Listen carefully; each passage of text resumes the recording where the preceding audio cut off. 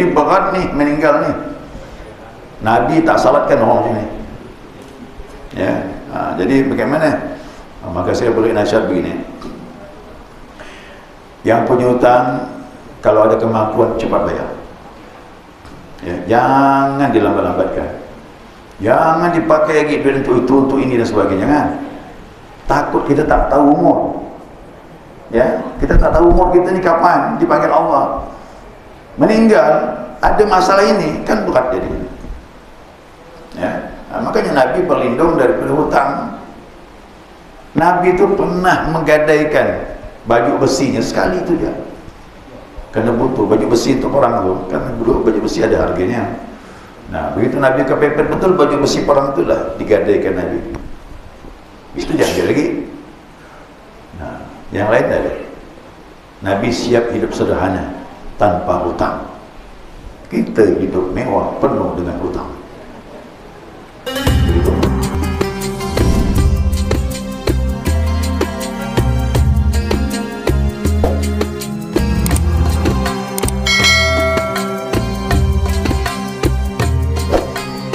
Jemaah Rasulullah rahimakumullah. Assalamualaikum warahmatullahi wabarakatuh. Alhamdulillah, senantiasa kita mengaturkan pujian dan syukur kita kepada Allah atas limpahan rahmah hidayahnya. Subuh ini atas izinnya kita dapat melanjutkan kajian kita, mudzakarah kita, panduan kitab Bulughul Maram. Ya, hadis berikutnya An Abi Hurairah radhiyallahu anhu anin Nabi sallallahu alaihi wasallam qala Nafsul mu'mini mu'allaqatun bid-daini hatta yuqda anhu. Rawahu Ahmad wa Tirmidzi wa hasanahu. Dari Abu Hurairah, Allah ridha kepadanya, dari Nabi sallallahu alaihi wasallam, ya, Nabi bersabda, nafsul mu'min atau nafsul mu'mini mu'allakun bid-dainihi. Jiwa orang mukmin itu bergantung dengan hutangnya. Ya, hatta yuqda anhu, sehingga dilunaskan, dilunaskan hutangnya atau sampai dilunaskan hutangnya. Nah, kalimat di sini ada kalimat nafsul mu'min mu'allakatun bid-daini. Nah, maksudnya apa nih? Diri orang mukmin itu bergantung dengan hutangnya. Maksudnya di sini adalah al-muradu bi nafsi huna ar-ruhu mamnu'atun. Di sini adalah bahwasanya dirinya itu adalah roh. Karena orang yang mudah meninggal itu yang bertanggung jawab itu rohnya. Jasad dah tak bisa apa-apa lagi. Nah, jiwanya itu, rohnya itu. Jadi nafsunya itu, diri itu roh. Jadi rohnya itu tertahan dan terhambat, ya, tertahan dan terhambat an maqamihal karim, dari kedudukan yang mulia.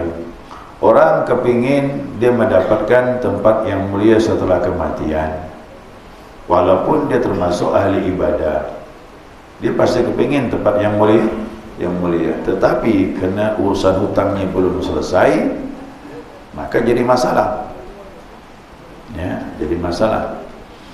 Walau fil barzakhi, sekalipun sudah berada di alam barzakh, waktu meninggal di rumah dia sudah menjerit, dia tolong cepat selesaikan hutang aku ini.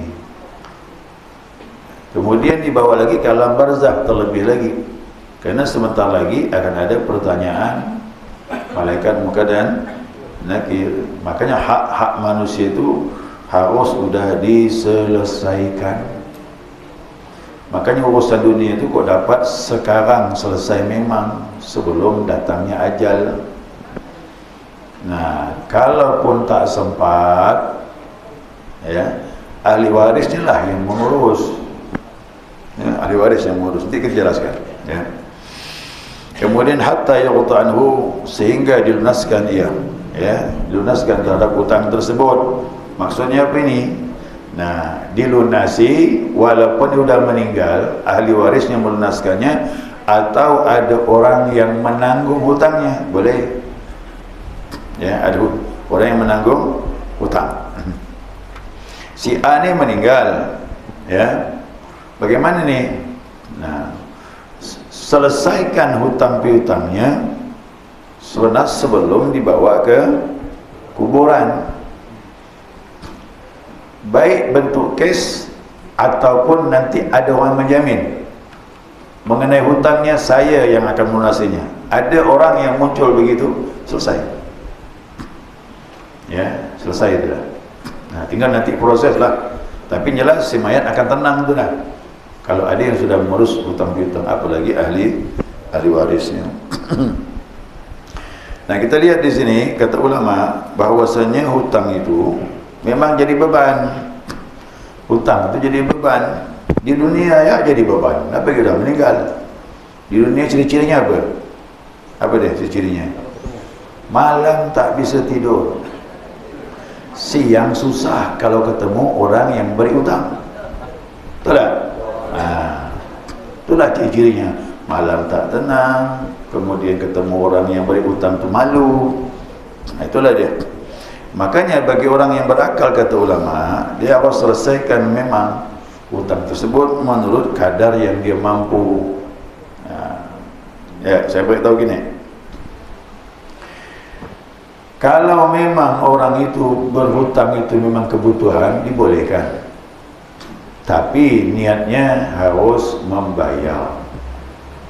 Kalau ada duit, cepat-cepatlah lunaskan. Ya. Kalau memang tidak ada duit, tak ada kemampuan, ahli warisnya lah yang mengurusnya. Ahli waris pun tak mampu, atau ahli warisnya pun memang tidak ada, hidup sebatang kara umpamanya. Bagaimana nih? Nah, ini dikatakan Nabi, nanti di akhirat nanti Allah yang melunaskan hutang. Ini betul-betul orang kejepit kehidupan, butuh, dia berhutang dan dia niat untuk membayar. Nah, kemudian keadaan tak mampu. Dan Allah tahu betul hati dia, dia betul ikhlas berhutangnya nak bayar betul, tetapi kemampuan tidak ada. Maka nanti di akhirat, kata Nabi, Allah yang melunaskannya. Ya.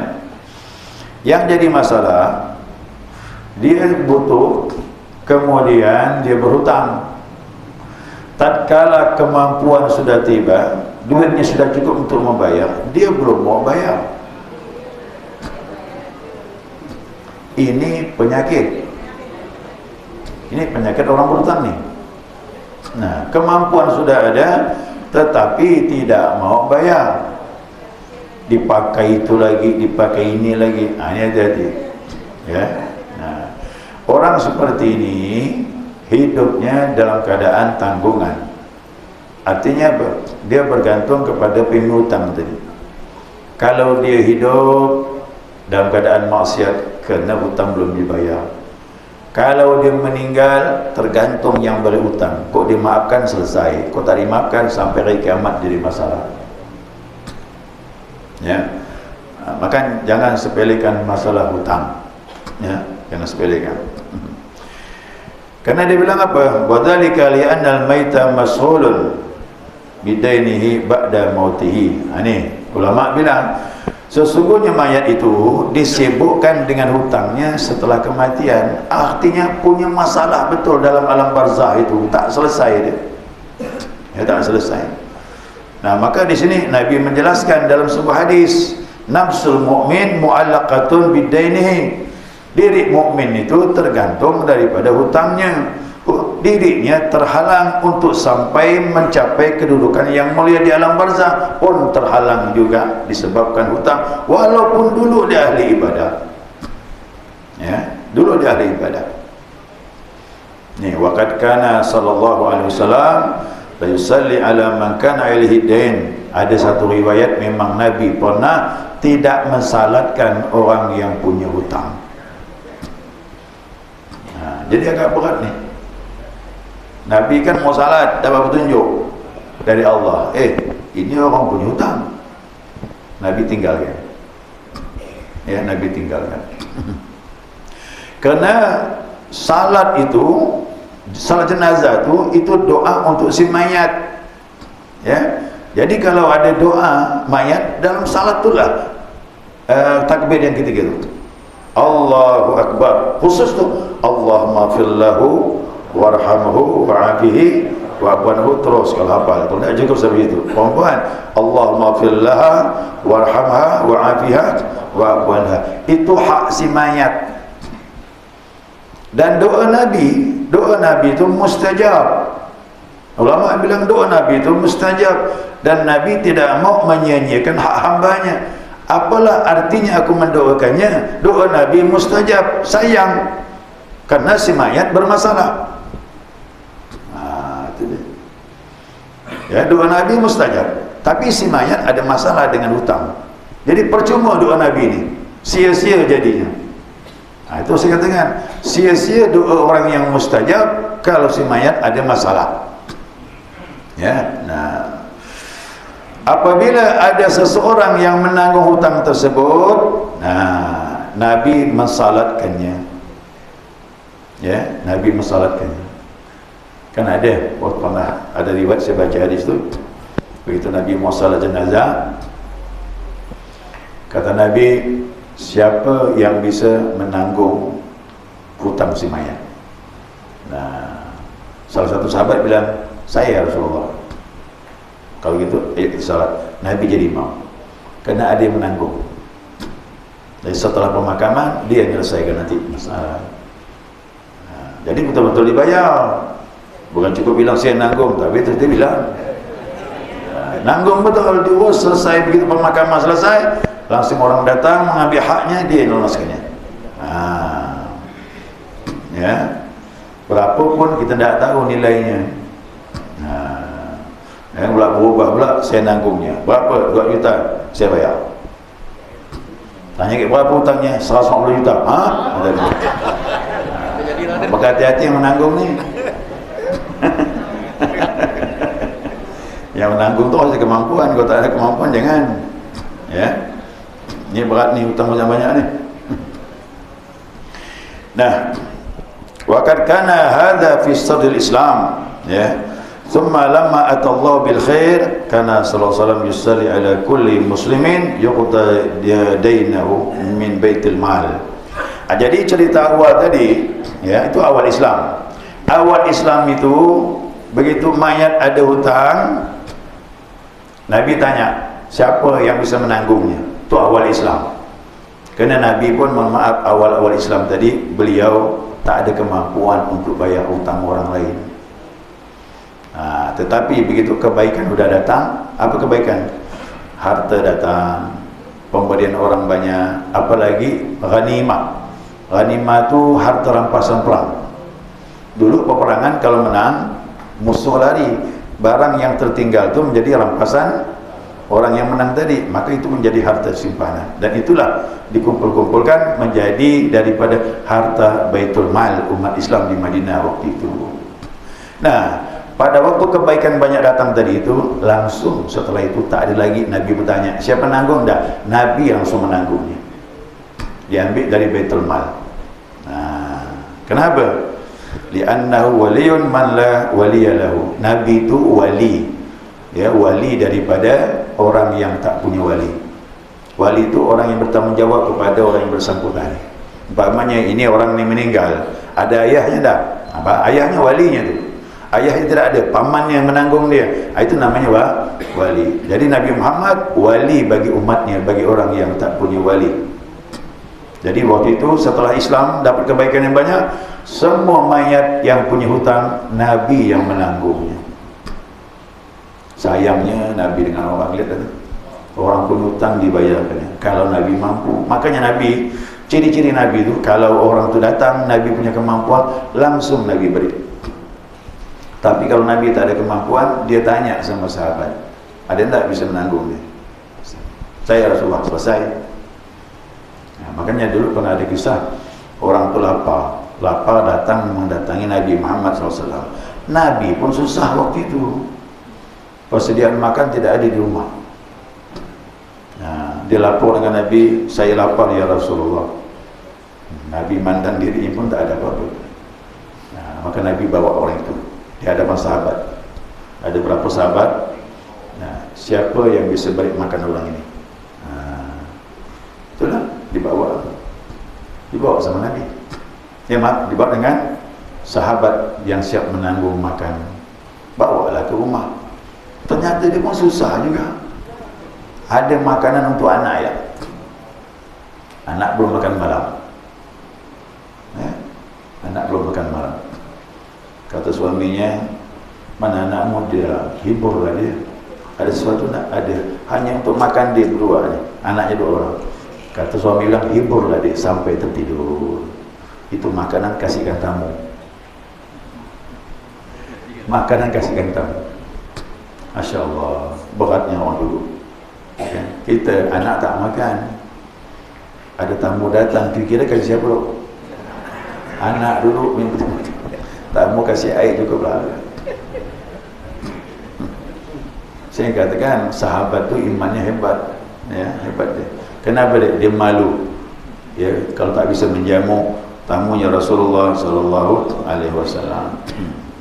Nah, dia bilang wahada bi anna syahida, mana? Wahada min kamali syafaqatihi bi ummatihi. Inilah kata ulama bilang bahwasanya termasuk kelembutan kasih sayang Nabi dengan umatnya.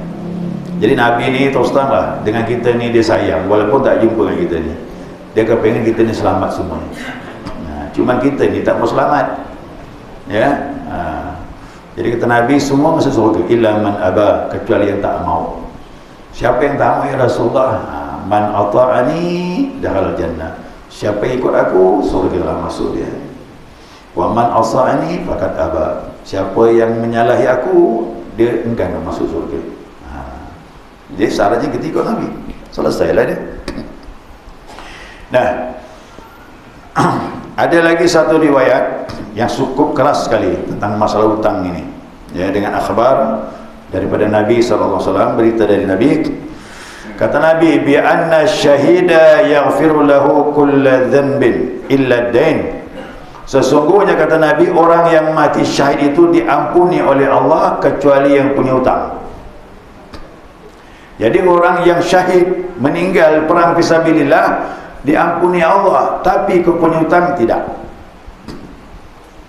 Berarti berat betul hutang. Hadis yang lain lagi, ya Rasulullah kami ikut jihad fisabilillah. Kalau kami mati syahid, di mana tempat kami ya Rasulullah? Jannah kata Nabi. Surga tempatmu. Oh, tenanglah sahabat. Nabi pun berjalan meninggalkan sahabat. Belum 10 langkah berhenti Nabi, berbalik lagi mana sahabat, illa dain, kecuali yang punya hutang kata Nabi.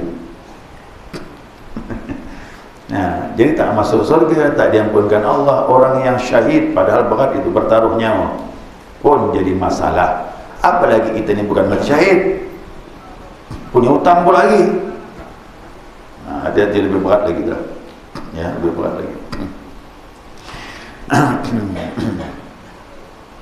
Nah, dia bilang yang masalah ini, dia bilang orang yang punya hutang itu dikarenakan dibenarkan dengan cara syariat pun masalah. Macam tadi, saya miskin, sangat butuh, saya hutang. Ya, hutang saya ini secara syariat dibenarkan kerana butuh dan saya siap bayar. Nah, kalau saya siap bayar, itu tadi Allah akan lunaskan bagi orang ikhlas ingin membayar, tapi kemampuan belum ada. Ini dibenarkan dalam syariat. Hutang macam ini kerana kebutuhan. Bagaimana lagi dengan cara yang tak layak, bukan syariat? Apa tu? Nah, dia bilang bima akhadha salban wa nahban, dengan cara merampas. Apa lagi? Merampok. Apa lagi? Mencegal. Apa gitu? Membegal. Apa lagi? Rasap. Rasap tu lebih bahaya lagi. Ngambil barang depan-depan orang. Kalau pencuri kan lain, dia ngambil orang tak melihat. Tapi kalau rasap itu ngambil depan-depan orang, orang tak bisa apa-apa. Nah, memang ditakuti orangnya. Dia ambil barang ada depan-depan orang itu, orang tak bisa apa-apa. Kalaulah yang digunakan syariat bermasalah di dalam kubur, bagaimana ngambil barang orang dengan cara ini? Wa iyadzubillah. Ya, ini lebih berat lagi ni. Sama korupsi pun masuk kan? Masuklah, perampok tu paling 2-3 juta. Betul tak? Duit yang ada di tas tu lah diambilnya. Kok korupsi? Miliaran. Bahkan triliunan. Sama juga, itu lebih kelas kakap lagi. Ya, itu kelas kakap lagi. Kalau merampok tu udah masalahnya berat udah, tapi dia ngambil barang yang ada di orang tersebut. Ya. Nah, wa iyadzubillah, ini berat nih, meninggal nih. Nabi tak salatkan orang ini. Ya. Jadi bagaimana? Maka saya beri nasihat begini. Yang punya hutang, kalau ada kemampuan cepat bayar. Ya, jangan dilambat-lambatkan. Jangan dipakai lagi duit untuk itu, untuk ini dan sebagainya, kan? Takut kita tak tahu umur. Ya, kita tak tahu umur kita ni kapan dipanggil Allah. Meninggal, ada masalah ini, kan berat jadi. Ya, makanya Nabi berlindung daripada hutang. Nabi itu pernah menggadaikan baju besinya sekali itu dia. Kena butuh baju besi untuk orang tu, kan dulu baju besi ada harganya. Nah, begitu Nabi kepepet betul, baju besi orang itulah digadaikan Nabi. Itu jangan lagi. Nah, yang lain ada. Nabi siap hidup sederhana tanpa hutang. Kita hidup mewah penuh dengan hutang. Begitu meninggal, ramai orang datang. Siapa yang didatanginya? Ahli waris. Ahli waris mendatangi aku. Aku tak tahu, bukan urusan aku, gitu. Aku mana tahu ayah aku punya hutang. Itu pula ahli waris. Ini hati-hati ahli waris. Ahli waris tu bukan hanya nerima waris. Ya, orang tua punya masalah hutang, selesaikan, bantu dia, kasihan. Ya, selama ini setahu saya ini orang ahli waris ni tahu nunggu warisannya. Begitu meninggal ayahnya, surat hutang datang. Mulai terkejut dia. Dia pun mulai mengeluh. Selama ini aku tahu kita ni ahli waris nerima waris. Kok kita nerima hutang orang tua, kata dia. Nah, tak boleh begitu. Orang tua kita senang, kita disenangkannya. Dia susah, kita bantu. Kapan lagi nak bantu? Karena membantu orang tua yang kejepit hutang waktu meninggal, itu kita telah membantu, termasuk birrul walidain, anak berbakti kepada kedua orang tua, bantu dia selesaikan. Ya. Nah, jadi kesimpulannya apa nih? Nah, kesimpulannya yang pertama, kata ulama, nah, al-hathu ala takhlisi min ad-daini qabla al-maut. Nah, dianjurkan untuk menyelesaikan hutang sebelum datangnya kematian. Ya, ini perintahnya nih. Bunyi kalimatnya begitu. Ya, sebelum meninggal selesaikan memang. Nah, yang kedua, nah, si mayat senantiasa menjadi masalah dengan sebab hutang dia sampai dilunaskan baru selesai. Nah, jadi jangan heran nanti di kuburan kan ada pengumuman tu masalah hutang piutang. Memang sunnah diumumkan begitu. Si mayat dengar tu senang hati dia, senang si mayat tu, baik diumumkan di rumah atau di kuburan. Kalau saya sih lihat situasi dulu. Kalau hari panas, dah lah kau dapat di rumah lah ngomongnya. Sebelum mayat turun, boleh di rumah. Nah, bagi siapa yang berhubungan sama almarhum ayah saya, yang berkaitan tentang hutang piutang yang belum diselesaikan, tolong hubungi kami. Begitu ahli waris itu. Ya, diumumkan di rumah boleh, karena jasad mayat di rumah itu rohnya situ masih ada. Sampai dibawa di alam barzah. Di alam barzah sebelum kita meninggalkannya, rohnya mendengar apa yang kita umumkan. Jadi sunnah menyampaikan ini ya, baik di rumah atau di kuburan, mengenai hutang piutang. Dia dengar, senang dia tu. Kok ada yang ngurus hutang piutang dia. Ya, makanya kita ni kan tak tahu. Kita tak tahu ayah kita ini kan orang bisnis umpamanya, atau ada hubungan dengan seseorang keperluan hutang piutang. Kadang kita tidak tahu. Makanya jamaah yang ada hutang piutang kok dapat, ditulislah. Ditulis, istri harus tahu. Kalau ada istri tahu nyaman. Kalau kita meninggal, istrinya selesaikannya. Apalagi ada harta peninggalan suami, keluarkan memang. Jangan terpengaruh dengan anak. Anak ini ngambil harta warisan. Jangan dulu warisan dibagi. Jangan dibagi warisan. Kalau orang tua punya hutang, selesaikan dulu hutang piutangnya. Selesai hutang piutangnya, barulah bagi warisan. Ya, selesaikan begitu. Nah, ada seseorang yang suaminya punya hutang dan dia mampu, suaminya orang bisnis, orang datang dengan bukti dan sebagainya, ada saksi lagi. Kalau begitu dia kuat, saya bilang, kok ada saksi dan sebagainya, kwitansinya, dia tanda tangan suaminya pun ada. Ya, si istri tak mau tahu, urusan ini aku tak tahu, jadi tidak boleh begitu. Ya, peninggalan suami itu banyak, apa salahnya kita lunaskan? Tak mungkin orang berbohong dengan tanda tangan ada saksi. Dan Nabi bilang begitu, siapa ada hutang piutang, ada saksi, bagus, berapa sekian-sekian. Ya. Itu untuk mempermudah. Baik, sekiranya cukup daripada dipahami. Mungkin ada pertanyaan, silakan. Assalamualaikum warahmatullahi wabarakatuh. Salatkan dulu, dimandikan, disolatkan dulu, baru diumumkan, atau diumumkan dulu sebelum disolatkan.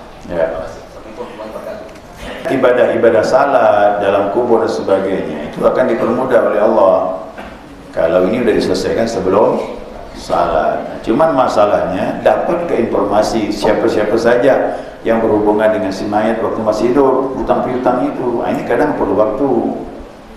Nah, kalau memang bisa selesai sebelum salat, bagus, itulah yang terbaik. Karena itibak tadi kepada Nabi mau salat kan nih, tanya siapa yang bisa nanggung hutang, berarti selesaikan dulu tuh sebelum salat, itu yang terbaik. Nah, kalau itu terjadi, alhamdulillah, bagus. Tapi kadang-kadang informasi ini kan sudah sampai, belum tentu orang yang berhutang dengan almarhumnya ada di tempat waktu salat mayat. Nah, itu perlu waktu, maka diumumkan lagi, jadi informasi itu sampai baik sebelum mayat turun ataupun setelah ditalkin di kuburan atau ditahlilkan di kuburan, berdiri salah satu ahli waris atau mewakili untuk mengumumkan hal ini. Nah, jadi yang terbaik memang bagus itu sebelum salat, itu paling bagus. Subhanakallahumma wa bihamdika asyhadu an la ilaha illa anta astaghfiruka wa atubu ilaik. Allahumma shalli ala Muhammad